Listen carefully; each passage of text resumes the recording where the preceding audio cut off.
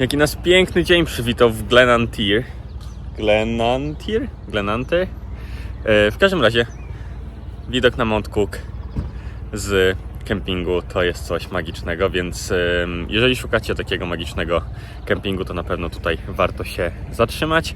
Przy okazji Lake Pukaki za nami, narzeczona za mną. No ale najważniejszy jest ten widok, bo robi on wrażenie. Wczoraj było bardzo pochmurnie, więc tego szczytu nie było tak dobrze widać, ale dzisiaj rano już jest przepiękna pogoda, która zapowiada nam przepiękny dzień, który zamierzamy spędzić gdzie? Lake Tekapo. Więc moment, na który Nati bardzo czekała. No i zobaczymy, czy te wymarzone kwiaty dalej są przy tym jeziorze. Life is a winding road, no telling where it goes. Driving through days and nights, won't stop for traffic lights. And I really wanna know, I jeszcze dokładka do tego, co wam mówiłem przed chwilą, bo my sobie robimy taki wewnętrzny ranking tych wszystkich kempingów, na których spaliśmy. I absolutnie na topie, na pierwszym miejscu jest Franz Joseph.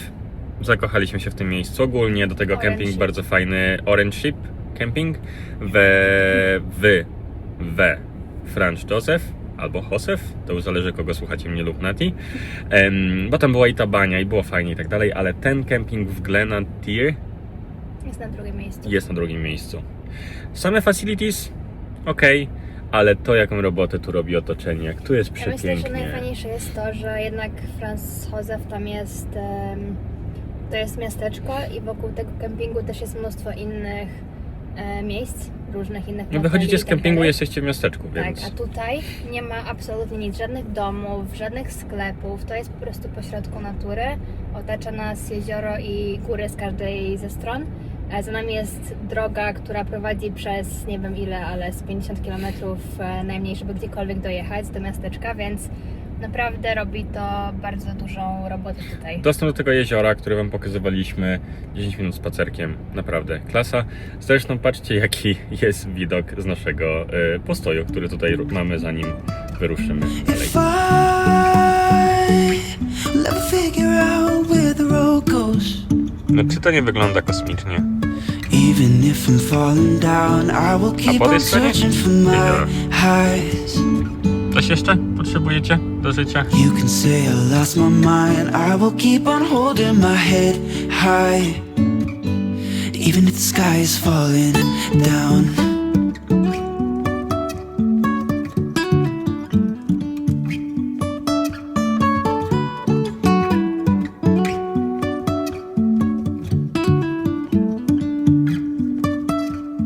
Jumping from cliffs so high, trusting our wings to fly.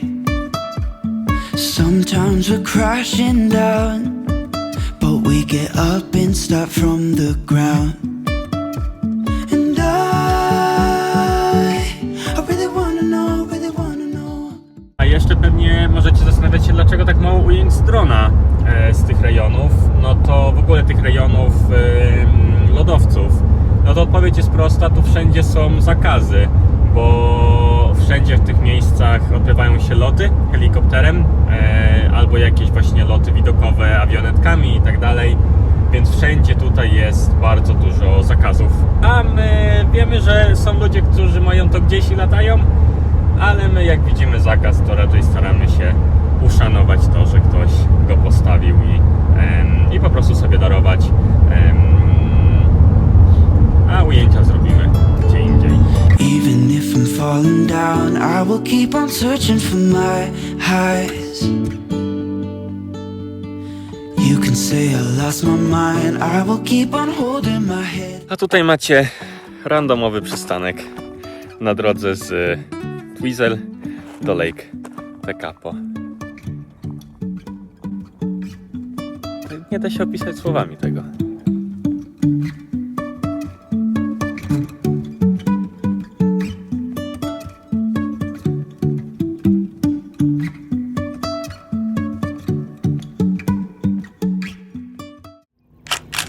I dojechaliśmy. Jeden z highlightów tego wyjazdu południowej wyspy, czyli Lake Tekapo. I zrobimy sobie szybki walk i będziemy zachwycali się tym, jak błękitna jest to woda. Widzimy już, że jest zdecydowanie więcej ludzi. Jest to bardziej turystyczne miejsce, bo obok jest miasteczko, ale naprawdę pięknie się to prezentuje. I nie wiem, czy Nati to uchwyciła, pewnie zaraz jeszcze nagramy przybitkę, ale za nami jest pomnik Collie, czyli rasy psa, która jest tutaj dla okolicy bardzo ważna i jest napisane, że bez tej rasy psów nie byłoby możliwe tutaj funkcjonowanie, no bo wiecie, owce, wszystkie te pastwiska i tak dalej, więc taki monument postawiony dla psiaków.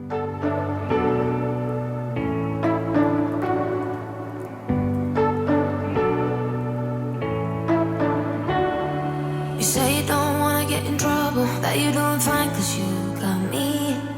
I don't wanna break your little bubble, but you gotta wake up to reality. Cause I can see in your eyes, your head is full of dreams.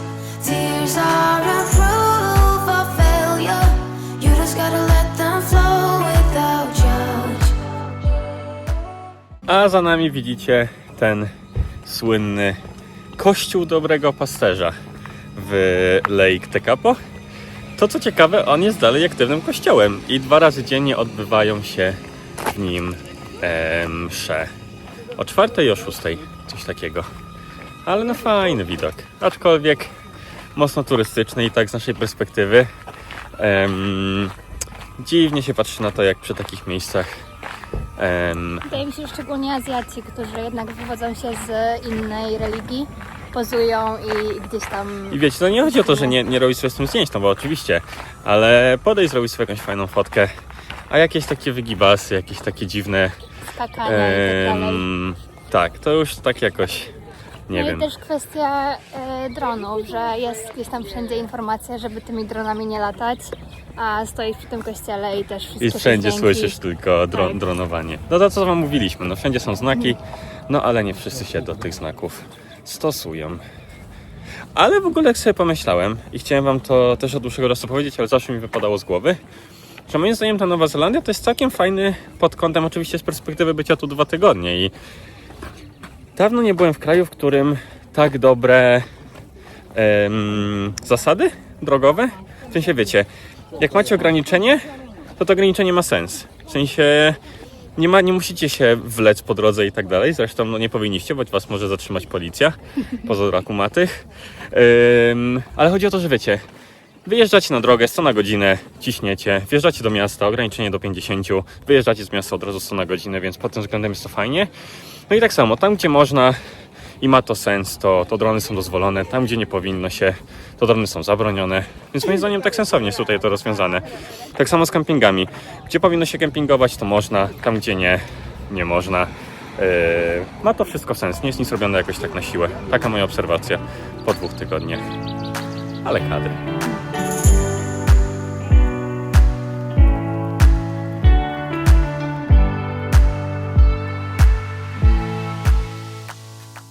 W ogóle te jeziora są tak gigantyczne, że trochę jak na nie patrzycie, to macie wrażenie, że to jest jakiś ocean albo morze. Kolor jak na Whitsundays i ciągnie się to kilkadziesiąt kilometrów daleko Myślę, tam. że ciekawe jest to, że ja zawsze oglądając wszystkie zdjęcia z Lake Tekapo i z Lake Pukaki w sumie też, myślałam, że ludzie mają nałożony filtr na te zdjęcia, a to faktycznie na żywo tak wygląda. Przepiękny, turkusowy kolor. Cudownie. Mega ciekawe też są różnice temperatur, bo teraz jesteśmy, rano to jeszcze było chłodno, wczoraj wieczorem to w ogóle się zamarzało, a dzisiaj 20 stopni, krótki rękawek i naprawdę przyjemnie. I to samo też dotyczy, my się tutaj zachwycamy tym, że zachód słońca jest o godzinie 10 po południu, 10 wieczorem, ale z drugiej strony na przykład mają bardzo późno wschód słońca, więc jeżeli ktoś wcześniej wstaje, Teraz chyba jest później, właściwie to wcześniej, tak, w lato, Ale w około maju? tam 7, tak, w maju jest o chyba 8 tak, nawet po 8 z 8. kawałkiem, więc mega śmieszne. Ciekawe. No i koniec końców dzień jest tak naprawdę dłuższy, mniej więcej 2 godziny. Dzień jest dłuższy tutaj o 2 godziny niż w Brisbane. Nawet na przykład. dłużej, bo u nas w lato jest zachód o 18:30, a tutaj wczoraj jeszcze o 10 było widno. No tak, no ale robicie się wcześniej wschód. No tak. To prawda. Takie ciekawostki. Prosto z Lake Tekapo. You're hesitating while you're waiting, like somebody's gonna give it to you. You gotta chase it, gotta believe it. You gotta go get it for yourself. 'Cause I can see in your eyes, your head is full of dreams. Tears aren't proof of failure. You just gotta let them flow without judge. There's so many ways to be happy. No nie ma co udawać. You can do whatever you like. Nie najgorsze miejsce do jedzenia lunchu. Just gotta trust. Całkiem przyjemnie. Gdzie ty nas zaprowadziłaś? Co to jest za miejsce? Jest to pole. Łyse pole, ale... Czego to jest pole? Pole pięknych kwiatów. No jest ich tutaj. Nie ma co ukrywać, całkiem sporo. Znajdziecie to na mapie jako Lupin Field, koło Lake Tekapo i no ewidentnie, jeżeli wasza partnerka lub wy chcecie mieć zdjęcie z tymi kwiatami, to koniecznie tutaj.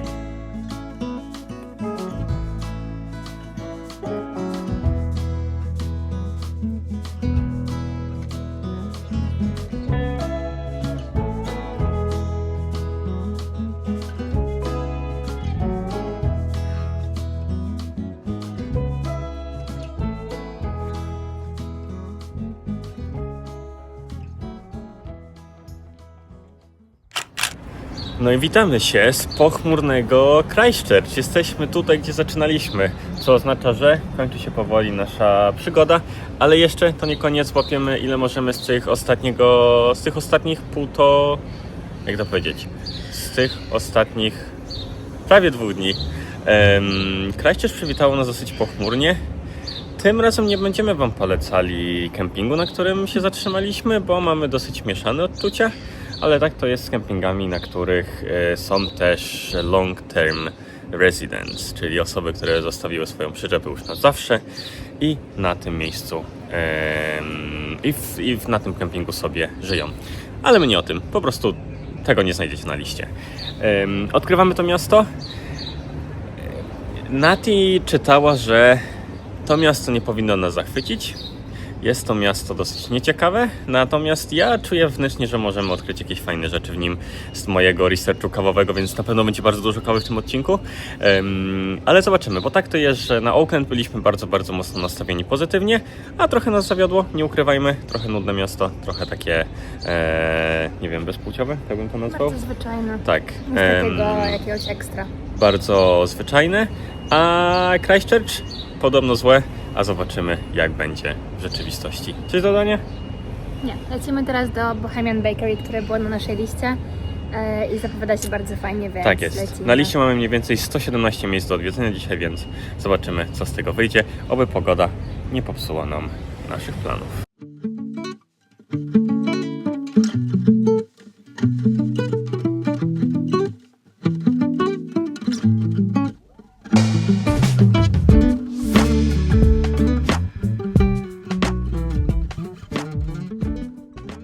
Bohemian Bakery, no zwykła piekarnia, bez szału, a pierwsze miejsce, które odwiedziliśmy na kawę to Unknown Chapter i ziarna, dobra, content dla kawoszy teraz, wszystkie osoby, których to nie interesuje, przeskipujcie ten fragment.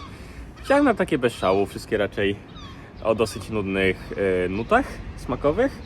No i zobaczymy jak to smakuje w rzeczywistości, ja się nie skusiłem na żadne ziarna, spróbujemy Long Black i zobaczymy, co mają do zaoferowania, ale samo miejsce takie dziwne. W ogóle nie sądzicie, że jak ktoś ma nazwę Unknown Chapter, to tu powinna być jakaś książka, jakieś takie nawiązanie do, wiecie, to że nieznany rozdział, coś tego, a to jakiś herb. No nie wiem, mi się nie podoba.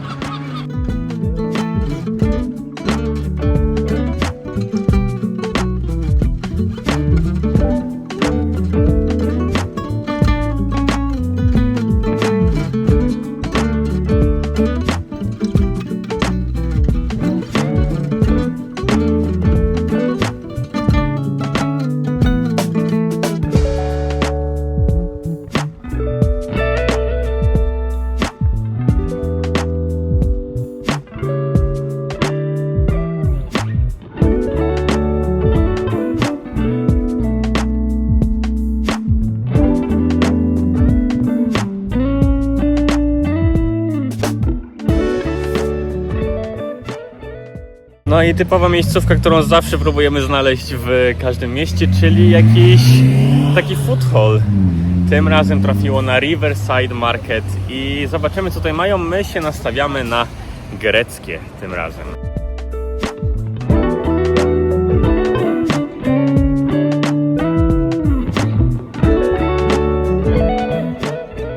No nie ma co ukrywać, że liczba miejsc do wyboru jest przytłaczająca, jak to na każdym takim food hallu, więc usiedliśmy gdzieś z boku i robimy research, co powinniśmy zjeść, bo w greckim mieliśmy ochotę na halloumi, a oni tego halloumi nie serwują, tylko falafel, a dzisiaj to nie jest inny falafel, ale patrzcie na to.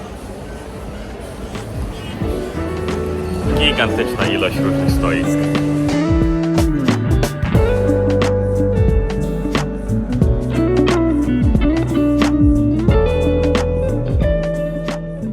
No to tak, my już zjedliśmy i w końcu skończyliśmy z tym greckim, które widzicie zresztą tutaj. Czy wam polecamy te restauracje, które wybraliśmy? Chyba nie. Więc poszukajcie czegoś sami na tym markecie, na co będziecie mieli ochotę. My zjedliśmy, ale nie zostawia to w nas jakiegoś super wspomnienia. Także taka szczera recenzja. My wybraliśmy greckie i wybraliśmy pizzę z miejsca Buon Appetito. Raczej jak chcecie pizzę, to idźcie sobie gdzie indziej i nie traćcie czasu tutaj. Ale samo to Riverside Market fenomenalne. Naprawdę mega fajne wrażenie. Jak większość zresztą food halli, które znajdziecie w dużych miastach. Co teraz, Nati? Teraz kawka i ruszamy dalej zwiedzać Christchurch.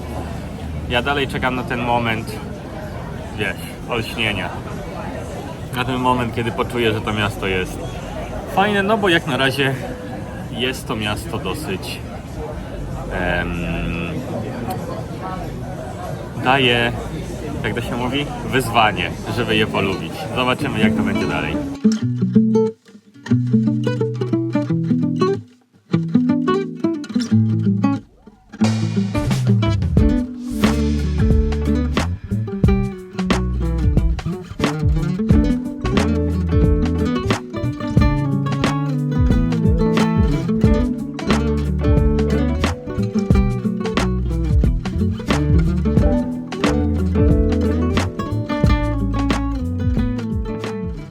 No i chyba miejsce, które robi największe wrażenie w Christchurch, czyli New Regent Street, czyli ta ikoniczna uliczka z kolorowymi kamienicami, sklepikami. Krótka, ale bardzo malownicza.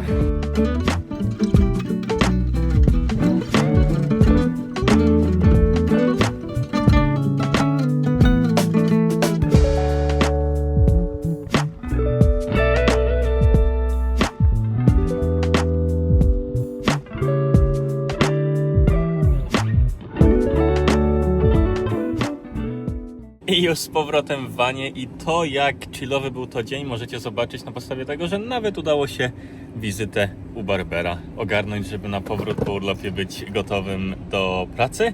Ale to, co jest najfajniejsze w tym, że w Nowej Zelandii są tak późno zachody słońca, to, że kończymy teraz część miastową dnia, bo wszystko się pozamykało, jakieś tam już kawiarnie, restauracje raczej się domykają i śmigamy w część natury dookoła Christchurch i śmigamy sobie na Summit Road, czyli jak sama nazwa wskazuje, droga prowadząca na szczyt, skąd rozciąga się widok na Queenstown. Chciałbym, żeby to było Queenstown, ale jest to Christchurch. I Nati, opinia o Christchurch? Myślę, że bardzo fajnie. Trochę się bałam jedąc tymi pobocznymi drogami, trochę miałam taki dziwny vibe tego miejsca, ale w samym centrum bardzo fajnie, bardzo przyjemne uliczki, bardzo fajne były te tramwaje, które wszędzie sobie jeżdżą, też dodają fajnego uroku. Dużo fajnych właśnie kawiarenek, sklepików, więc myślę, że każdy sobie coś tam dla siebie znajdzie, bardzo fajne miejsce. Ale... Aczkolwiek bardzo małe miejsce, więc wydaje mi się, że nie ma co zostawać na dłużej, bo jednak my całe to centrum obeszliśmy w 3 godziny i teraz idziemy, wiadomo, że jest sporo atrakcji dookoła Christchurch, nie tylko w centrum i właśnie my będziemy to robić, ale wydaje mi się, że jak robicie takiego road tripa, to nie ma co planować dłużej niż jeden dzień. Ale oczywiście możecie skoczyć do muzeum, możecie skoczyć tu i tam. Moim zdaniem miasto na jeden dzień. Wybaczcie wszyscy, którzy są zakochani w Christchurch, ale oprócz tego ścisłego centrum to raczej miasto nie powaliło. Więc na jeden dzień zobaczyć, zapoznać się, wyrobić sobie opinię, tak jak zawsze swoją, bo jest najlepsza. Podobno też jest ta gondola, która jest warta odwiedzin, natomiast no, my już zrobiliśmy to w Queenstown, a jest to z reguły droga atrakcja, więc stwierdziliśmy, że już raz nam wystarczy i właśnie pojedziemy sobie samochodem na ten summit, gdzie będzie też widok na miasto, więc myślę, że też fajna opcja. Tak jest, tak jest. No dobra, uciekamy. Life is a winding road, no telling where it goes. Driving through days and nights, won't stop for traffic lights. And I really wanna know if I'll ever figure out where the road goes. Even if I'm falling down, I will keep on searching for my highs. You can say I lost my mind, I will keep on holding my head high. No dobrze, jutro już wyjeżdżamy, więc przyszedł czas na to, co odkładaliśmy od Długo samego wyczekiwane. początku, czyli pokazanie Wam, jak wygląda nasz kamper. Dom. Naprawdę wydaje mi się, że był to fajny kamper jak na drugi raz, zdecydowanie lepszy od tego pierwszego z road tripu po Australii. No i teraz Wam pokażemy, jak to wszystko wygląda. To, co się zmieniło, jak jeździliśmy po Australii, to mieliśmy zwykły, niski kamper z samym łóżkiem. Tak naprawdę to było jeżdżące łóżko, po prostu. To, co było śmieszne, to to, że Maciek nie mógł tam za bardzo się wyprostować. On dosłownie siedział taki skulony i Tak. ja w sumie również. A tutaj faktycznie jest przeogromna I to przestrzeń. było przeszkadzające, więc tym razem zdecydowaliśmy się na podstawie wszystkiego tego, czego nauczyliśmy się za pierwszym razem, żeby wybrać trochę większy van, a przede wszystkim to, żeby zdecydować się na ten self-contained, bo to jest dosyć istotne, jeżeli chcecie sobie mieć swobodę poruszania się po Nowej Zelandii vanem. Jak już wspominaliśmy w swoim z odcinków, to musicie mieć self-contained, czyli wystarczająca ilość wody pitnej, wystarczająca ilość zbiornika na wodę szarą. Musicie oczywiście doczytać, ale tylko te typy vanów pozwalają Wam na to, żeby zatrzymać się na tych publicznych kempingach i to jest kontrolowane, są naklejki i tak dalej. To, co się zmieniło, to to, że ten van jest zdecydowanie większy, a przede wszystkim wyższy. No i ma w środku toaletę i prysznic, z którego my ani razu nie skorzystaliśmy z toalety kilka razy, ale głównie jako jakaś opcja awaryjna, bo jednak byliśmy też na kempingach płatnych, gdzie było zdecydowanie fajnie, więc jako taki backup zawsze spoko. Pamiętasz, ile ma metrów nasz van? 3 metry? Możliwe. Wrzucimy Wam pewnie wymiary tutaj, wszystkie jakieś tam informacje. To jest Toyota Hi-Ace, coś takiego. Ich jest tutaj multum, one są po prostu tak wykorzystywane są na to, że co drugi van, którego mijacie, to właśnie jest ten model samochodu, ale dosyć gadania, zobaczmy, jak to wygląda w środku. A w ogóle jeszcze zanim to, Czyli nie zobaczcie, dosyć jaki gadania. mamy piękny widok za nami. Mamy super warunki do Z tej tego, strony żeby Wam pokazać, jak to wszystko wygląda. Woda, a z tamtej miasto. Tak, a tam z tyłu Tam jest miasto. miasto. Czołem ekipo MTV Cribs. Nie spodziewałem się Was tutaj w Nowej Zelandii. A tak na poważnie zabieram Was na wycieczkę po naszym jeżdżącym domu, w którym mieszkaliśmy przez 2 tygodnie podróży po południowej wyspie. Firma, z której to wynajmowaliśmy tego vana, nie współpracujemy, nie płacą nam nic, ale mamy odpukać pozytywne doświadczenia.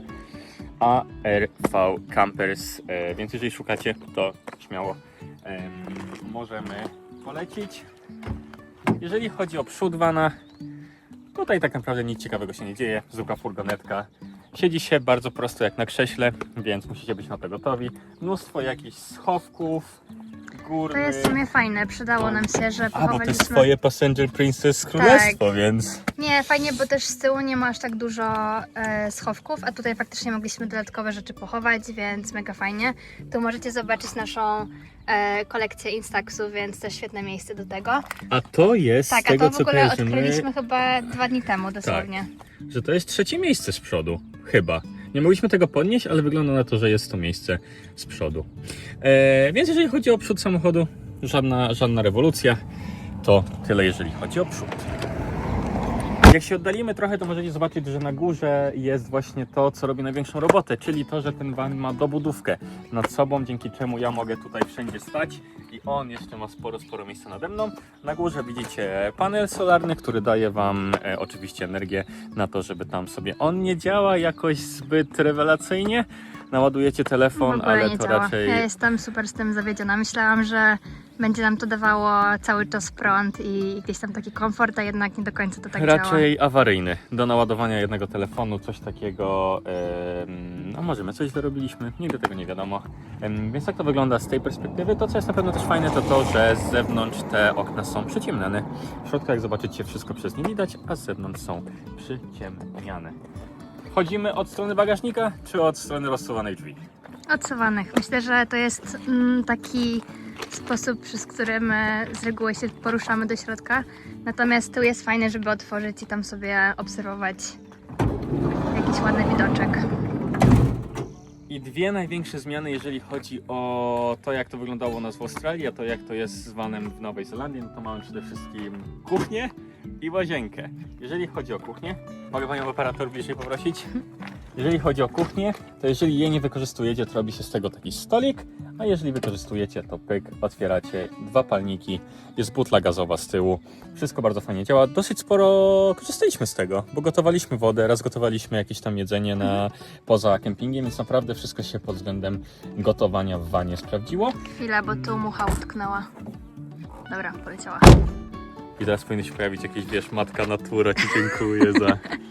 Dobra, tyle jeżeli chodzi o gotowanie na górze, a jeżeli chodzi o przechowywanie Waszych rzeczy, no to tutaj jest lodóweczka, w której mieści się dosyć sporo wbrew pozorom. Ja się nie spodziewałem, ostatnia że... lodówka w tym poprzednim kamperze była malutka. Tak, bo było otwierane od góry, było A tu to po naprawdę prostu taki... fajnie. Tak. A tutaj spoko, wszystko fajnie działa, żadnego zbędnego hałasu jest w porządku. Tam jeszcze mamy zlew, też przydatnie, aczkolwiek powiem Wam, że ten samochód jest wyposażony w dwa zbiorniki, 100 litrów wody świeżej, czystej i 100 litrów na wodę brudną, czyli to, co oczywiście wykorzystacie, spływa do wody brudnej. I bardzo szybko się to kończy. Naprawdę się nie spodziewaliśmy. Jeżeli byśmy brali Totalnie prysznic, szybko. to podobno 2 prysznice i tutaj jest już trzeba napełniać, a my tak naprawdę w momencie, gdy gotowaliśmy, mieliśmy taki jeden dzień korzystania, że a to się umyliśmy właśnie zęby, twarz pod kranem, do tego gotowaliśmy, do tego pozmywaliśmy i wody nie ma. Więc bardzo ciekawe. Też pytanie, bo ten pan mówił, że 2 prysznice. Co to za 2 prysznice? Wydaje mi się, że No tak. jakby umyła głowę, to już by też tej wody To nie było. takie nasze, bo my to jednak jesteśmy z tych, którzy jak wejdą pod prysznic, to tak... To siedzą i siedzą. Nie słyszeliście tego, bo przed chwilą była matka natura, a my tutaj mówimy o... Dobra, lecimy z tym dalej. Ja już tutaj sobie wejdę i jak możecie zobaczyć już na załączonym obrazku, ja mogę tu wejść, stanąć i ja się w ogóle nie schylam. Ja tu jestem cały, więc jak widzicie jest naprawdę wysoko. Jeżeli chodzi o to, co widać dookoła mnie, będzie to widać? No mniej więcej. No to tutaj oczywiście na górze jest mnóstwo schowków. Naszym zdaniem mogłoby być ich trochę więcej, ale one są głównie takie siatkowe na schowanie jakichś takich rzeczy, które korzystacie zawsze, więc nic tutaj takiego. Po tej stronie jest bardzo fajny schowek i to jest schowek na rzeczy kuchenne, on jest dosyć głęboki i tam wszystkie jakieś talerze, nie talerze, tego typu rzeczy. Jest cały boks tam w rogu z przyrządami kuchennymi i oczywiście Może mój... ja tam wejdę w sumie. Proszę bardzo. Mogę tam pokazać, jak to wygląda. Jest naprawdę sporo miejsc, tam są też jakieś patelnie, sztućce i tak dalej, więc naprawdę bardzo fajnie. Tu są szklaneczki, więc ogólnie cały sprzęt też jest pochowany. Tak jest. Tutaj też możesz pokazać, że tu jest też pierwsza zasłonka. I tą zasłonkę się zrzuca tutaj Aha. pod spodem, ją się odpina, wszystko jest na zapięcia, ale widok swoją O Jezu. drogą. Robimy cięcie? Tak, tutaj jest zasłonka. Tak, i ona tutaj zjeżdża. To jest też I- mega fajne. My akurat jak szukaliśmy wany, to też chcieliśmy, żeby to było, bo wiele z nich nie miało tych zasłonek, Tak, co jest tak, moim tak, zdaniem tak. turbo dziwne, bo jednak jak się śpi w wanie gdzieś pośrodku lasu, to Przycięło nas, jak Nati mówiła, ale tu jest ta zasłonka, która się przydaje do tego, że jak śpicie gdzieś po środku lasu, no to nikt wam tam jakiś niedźwiedź nie zajrzy do środka. Łazienka? No to tutaj nie ma co pokazywać. Prysznic, łazienka. My to wykorzystaliśmy na storage, na mamy jedzenie. Tu jest też prysznic, więc też spoko opcja. Ale tak, wzięliśmy sobie pudełka z supermarketu i tam wszystko pochowaliśmy, więc też fajnie. Tak. I jeszcze jeden schowek bardzo fajny. Tutaj jakieś rzeczy właśnie do sprzątania. Czajnik. Tak, dzbanek do wykorzystywania. I ostatnie centrum dowodzenia, jeżeli chodzi o wszystkie tutaj systemy, to jest to miejsce. I tutaj, tak jak wspominaliśmy, tu mamy te panele do fotowoltaiki. Jak ją włączymy, no to tutaj podłączamy sobie kablami. A jeżeli chodzi o te dwa przyciski, nie mogę sobie zamknąć. Jeżeli chodzi o dwa przyciski obok, jeżeli jesteście na Powered Campsite, to tutaj włączacie sobie energię, która płynie wtedy do gniazdek, których jest dosyć sporo w kamperze. A jeżeli potrzebujecie korzystać z wody, to przygotujcie się na ten dźwięk, który nam towarzyszył przez całe 2 tygodnie. I jest włączona pompa i ona pompuje wodę i dostarcza wam wodę do reszty vana.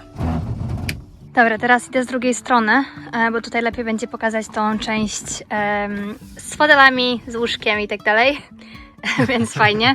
I tutaj też to, co Maciek wcześniej mówił, czyli te wszystkie tak, schowki też są bardzo fajne. My sobie pochowaliśmy kosmetyki, ubrania, jakieś takie najpotrzebniejsze rzeczy, bo jednak, jeżeli byście przyjechali tutaj z walizkami, no to myślę, że byłoby ciężko. To jest dla was tip. Jeżeli Tak. planujecie road trip vanem, walizki odpadają, raczej torby, które możecie sobie wrzucić, gdzieś upchnąć. Tego typu rzeczy, najlepiej jakieś duże plecaki, coś w tym stylu.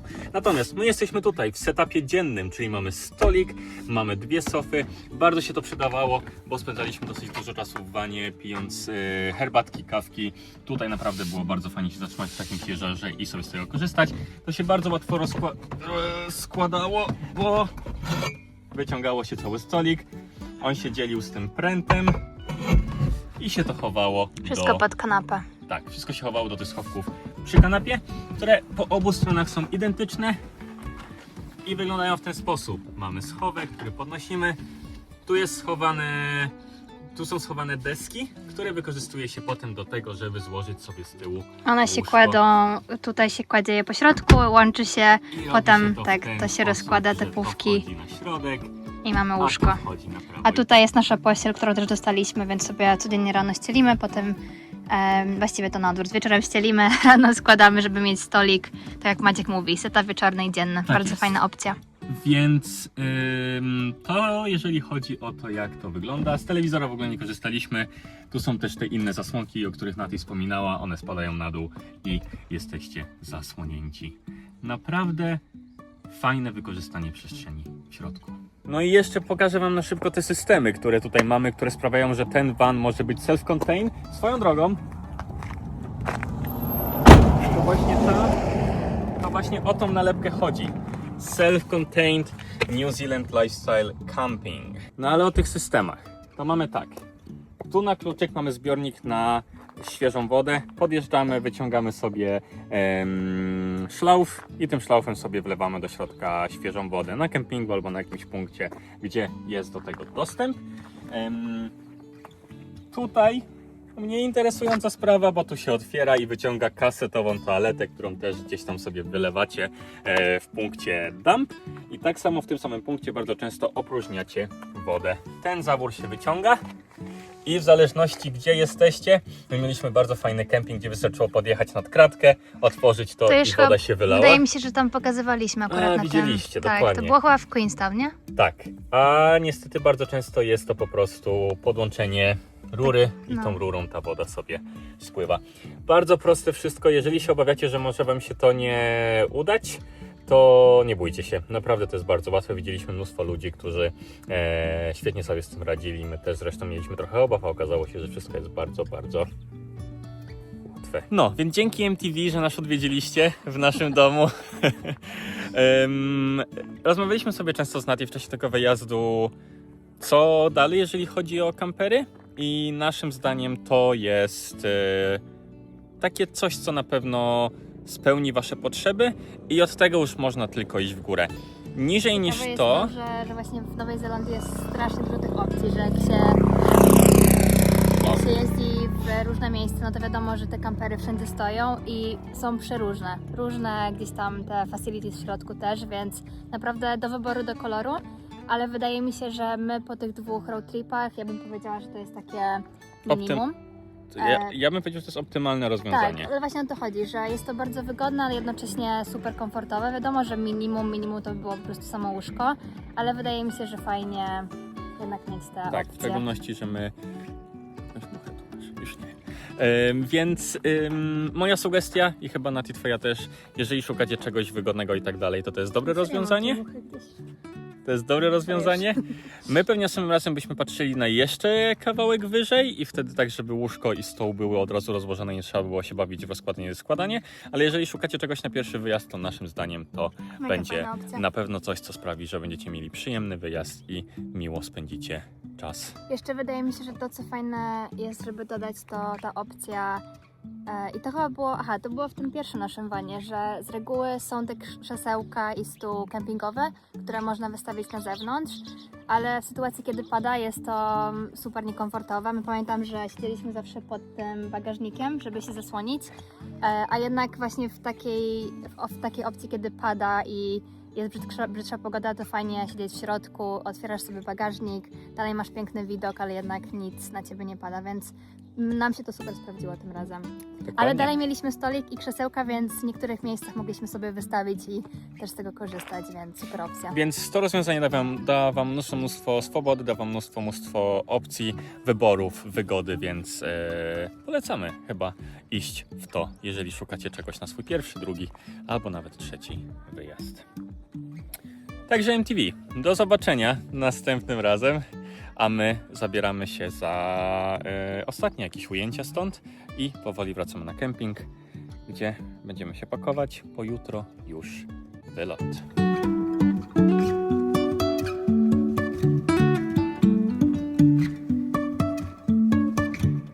Żaden wyjazd nie może odbyć się bez tradycji, czyli wysłania pocztówek. Tym razem lecą do naszej rodziny pocztówki z Nowej Zelandii oczywiście.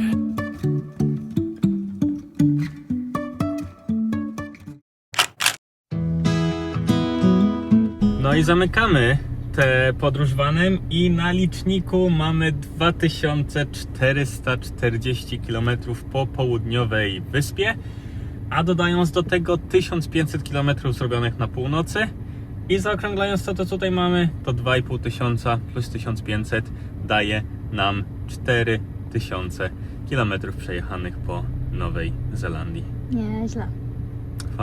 Fajny road trip. No i mamy to, ostatni dzień w Christchurch, a właściwie już końcówka tego dnia, mimo że pogoda na to nie wskazuje. Te ostatnie dni zawsze na tych wyjazdach są dosyć intensywne, no bo tak, musieliśmy opróżnić vana, załadować vana, spakować się, zatankować, wszystkie inne rzeczy zrobić, przyjechać tutaj, najważniejsze złapać kawę, którą pewnie widzicie przybitki tutaj, pyszna macza, polecamy Enjoy Coffee, coś takiego, bardzo fajne miejsce z przepysznym sernikiem, więc koniecznie sprawdźcie sobie, jak będziecie w Christchurch. My teraz sprawdzamy jeszcze vana, czy nic tam nie zostało, wypakowujemy rzeczy, łapiemy Ubera i śmigamy na lotnisko, bo tak naprawdę za 3 godziny już wylatujemy, nawet chyba za 2,5, więc pewnie widzimy się już na lotnisku. No i powoli zamykamy ten rozdział w Nowej Zelandii. Fantastyczne miejsce, piękna pogoda nas żegna, nie ma nic do dodania. Tak sobie właśnie pomyślałam, że powinniśmy to nagrywać teraz, kiedy już mamy pusty van.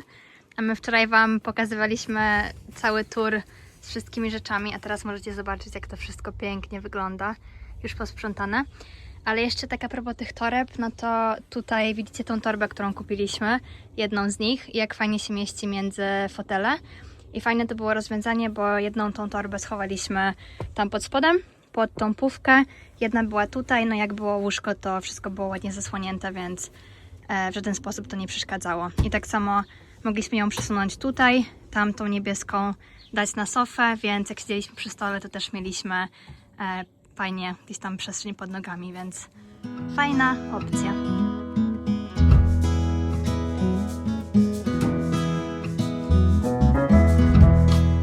Jak już tak sprzątaliśmy vana i wypakowaliśmy wszystko, to jak się patrzy na niego, to miałem takie uczucie, że nie jestem w stanie, nie jestem świadomy tego, a właściwie nie mogę uwierzyć w to, że przez ostatnie 2 tygodnie to było no całe nasze życie Samochód i dom.